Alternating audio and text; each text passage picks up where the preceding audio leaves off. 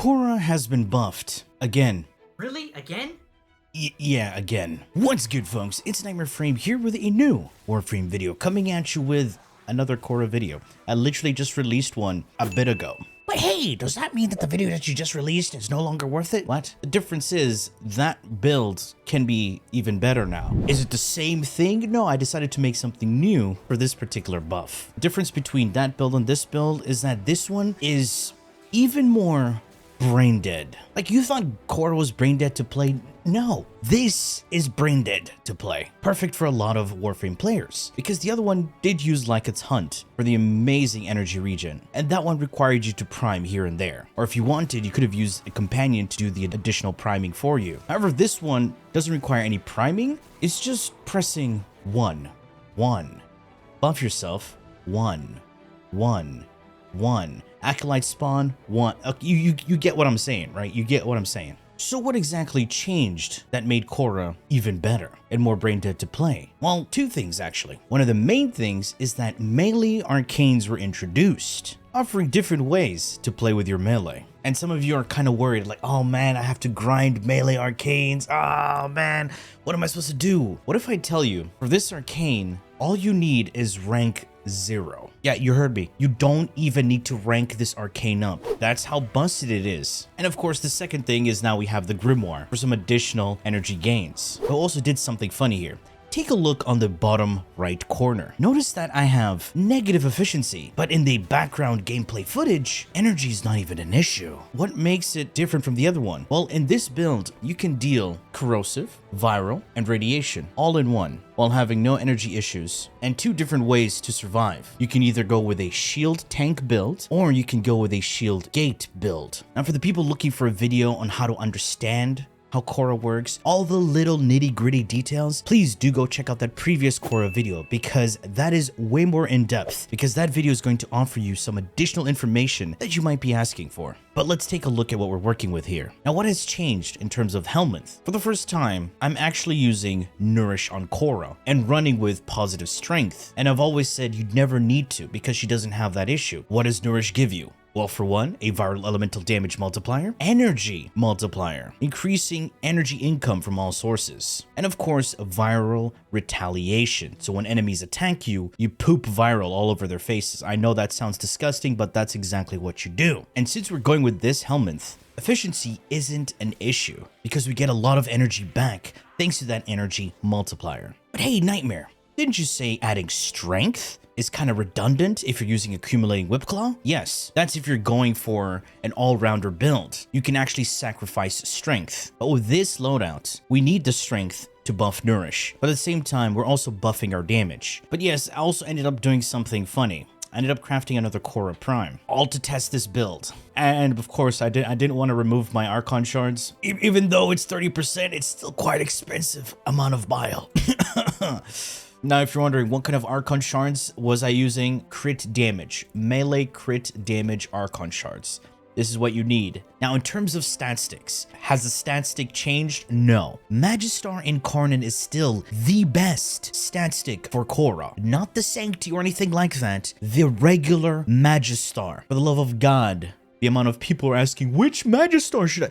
Listen, or look, you can clearly see. Yes, there's a difference. Because the regular Magistar offers you better stats with the Incarnate evolutions. Why is the Magistar Incarnate the best stat stick? Because it offers you crit damage and crit chance. This 1 times critical multiplier is added to your base value, meaning it is applied before mods, giving KHORA an initial 3 times critical multiplier. And this 16 is added to her base 25%. So this is already a huge boon to KHORA, and the other evolutions literally don't matter. This is the main reason why Magistar Incarnate is way better for KHORA, because KHORA doesn't need that much crit chance, unlike Atlas and Gara, which feel way better with the Ceramic Dagger. Now, has the stat stick modding changed? A bit, slightly. Since we already have Nourish, giving us viral. We'll now change the elemental damage type to radiation on our melee. Why radiation? What's the point of running radiation here? When you're fighting Grineer, even Corpus sometimes, they do have alloy armor. And you may notice some inconsistency in your damage. I was hitting 1 million there. Well, the 1 million that you just hit was on ferrite armor, weak to corrosive damage. While the other enemies that you hit were alloy armor, weak to radiation damage. Where are we getting the corrosive? Well,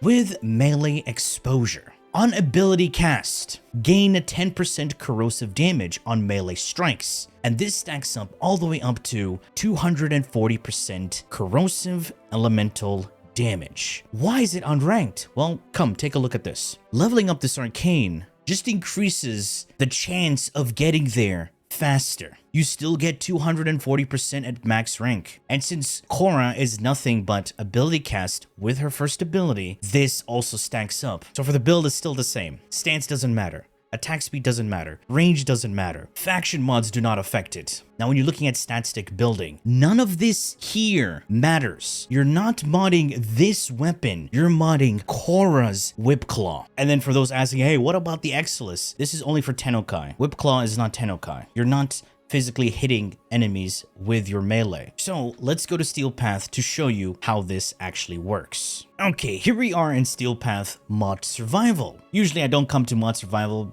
because enemies are squishier. And a little tip here, if you really want to flex how much damage you're dealing, come to Corrupted maps. Since there's a lot of squishies, your damage will be flexed even more. Also because people are like, why don't you go to mods? Enemies do more damage to you there. Sure, why not? Pay attention to a few things that we're using here. Top right corner, we have Tenacious Bond. This is present on my Venari, giving me a 1.2 times final critical damage multiplier. And our focus school is going to be Zeneric. Why Zeneric? Well, for one, it gives me Hardened Wellspring, 20% increased strength, which is nice. But the main thing I want is the Orb pickup increase, which pairs really well with Nourish's energy multiplier. And also we have that energy regen with Wellspring, but we're also using another thing. Pay attention when I transference. I ended up proccing melee exposure because transference is an ability. Yes, you can also use this with some of those incarnate evolutions that require an ability cast. Little tip for you. Before we start the mission, of course, I'm going to activate Hardened Wellspring, and I'm going to use my melee to transference back in and activate Nourish. Why did I use my melee? Well, that's of course to activate Magus Agris. Don't trust this text because that's not what it actually does. It gives you critical damage on your heavy blades and hammers. And Magistar is a hammer. But it only gives you 4 hits. But using Pseudo Exalteds, these 4 hits don't go away. It's just a little added damage bonus. You don't necessarily need this, but why not use it? But within Hardened Wellspring, I did activate my Nourish. All right, I want you to pay attention to my energy as well. Let's group up enemies. Use my tome.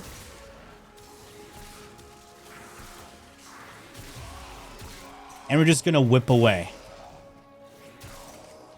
Don't forget to uwu to refresh your buff. Whipping will build up combo. And combo is important because with max combo, you get a 3.75 times final damage on your melee. And that 3.75 times is insanely good for Pseudo Exalteds. Yes, it only works for Pseudo Exalteds, unfortunately. We're not max combo yet. 8 times, and when we're hitting red crits. As you can see, it's a very brain dead build. I'm just whipping away, not even caring about my energy because I know I'm going to get it back.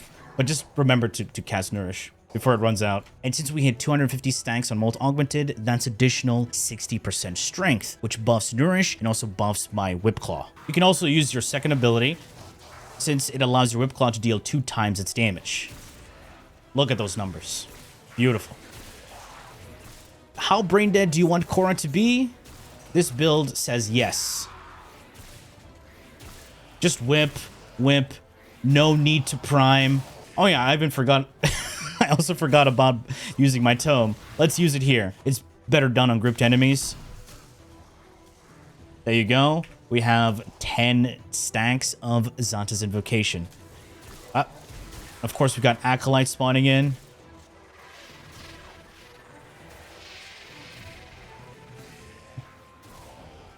That's an Acolyte. See, this is without a care in the world. Perfect for the casual player base, because they don't have to worry about shield gating, refreshes, and all of that. Just whip away. Whip away and have fun while doing millions of damage. You saw how they hit me and they got procced with viral? Yeah, that's the viral retaliation right there. Of course, if you cast your dome, this spreads out the damage. Right there, look at that. Ah, look at this. Boom! Beautiful. Also, since this is mod, we're waiting for nullifiers to spawn, just to show people that nullifiers are not going to be an issue as well. Because that is the #1 issue that people have. Nullifiers. I don't get it. Not sure how long it takes before nullifiers spawn, actually. Oh, here comes another nullifier. Oh, we're finally getting some bile resources. Oh, it's violence. Oh, no. What will we ever do?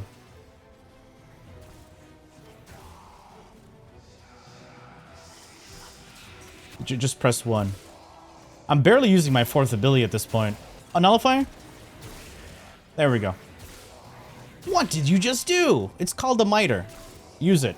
It's your best friend in these situations. And I didn't even use the miter there. I was trying to show an example. Okay, there we go. Oh, God. Well, forget about it. You don't need the miter. It's fine. Oh, no. Nullifier. What will we ever do? Okay, there we go. See, I used the miter there. See? We did it. Have you been paying attention to my energy bar, by the way, this whole time? I realized Vor still hasn't spawned yet. Oh, no. Oh, no. Nullifier. I'm having way too much fun right now. This is stupid. Little tip with Vor. Just go into Nightwave to skip his annoying dialogue. Never mind. Yeah.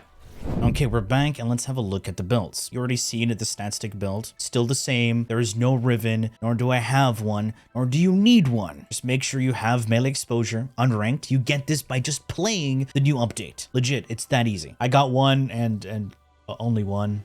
And for the KHORA loadout, for this particular shield tank build, I am running primed redirection and adaptation. These are the two main things that make it tanky. For your strength, you just need blind rage. That's it. The reason why it's not at 199% is because of overextended, which is going to be your range mod. This is all you need for range. Equilibrium for the health and energy orb conversion, depending on what you need most. Prime flow for the large energy pool, prime continuity for duration, and accumulating whipclaw for some additional damage on whipclaw. How to change this to a shield gate loadout? Simple. You're going to use brief respite, drop redirection, drop adaptation, move overextended here. You're going to run catalyzing shields, augur reach. This gives you some additional range and insane shield regen. So all you have to do is keep spamming 1 and you're good to go. Your shields break, hit 1. Instantly replenished. And to remove status effects, you do have your worm, which is very useful. But since I want a casual brain dead loadout, I highly recommend the other one. And would a regular redirection work just fine? Yeah, you do get a little bit less shields, but it's just fine. Okay, here's another question that I usually get. Why would I use corrosive projection over steel charge? Remember, too much of the same thing will give you little to no increase in your damage, aka diminishing returns. While having corrosive projection, this is an increase to my damage because I'm reducing their armor, so they take more damage from my attacks. However, if you want to change this and make it a bit more tankier, you could replace Molt Augmented for Arcane Aegis and run Strength Shards on your KHORA instead of crit damage shards, because you're already getting a decent amount of crit damage from Tenacious Bond and of course the Magistar Incarnate. So it's down to you and flexibility on how you want to play. And for my Codex, aka Grimoire, the build depends on what you want to do. You have 2 slots here for your elements. It is innate electricity, so if you put a tungsten mod, you get corrosive. And this gives you free radiation and fire rate. The main thing you want to have is Prime Fulmination, bunch of fire rates, and Xanthus Invocation for that energy regen. And now checking out the worm build. Guardian to replenish your shields when they break, Negate for that status prevention, Medi-Ray so it can heal me, and Shield Charger, I would switch it here actually, for some shield regeneration. And for the weapon, I'm using the Burst Laser, just for the 2 augur mods. So if your shields do break and Guardian didn't trigger, you can get a little bit of shields back. And since you're negative efficiency, you're going to see that happen quite a bit. And finally, looking at the Venari build. Yes, even though I replaced Venari with the Helminth, you can still mod her, because she's a passive. Yes, we have Prime Pack Leader for survivability. Survivability, so good. When we hit enemies with our Whip Claw, counts as melee, grants Venari some overguard. Tandem Bond for some copium, combo buildup, yes. This does work with Venari. It's not consistent like the other companions, but it still is some passive combo gain when you're looking somewhere else. And finally, Tenacious Bond for our juicy critical multiplier. You need to have over 50% crit chance to do this, and it's easily done with a bite. So let's finalize everything.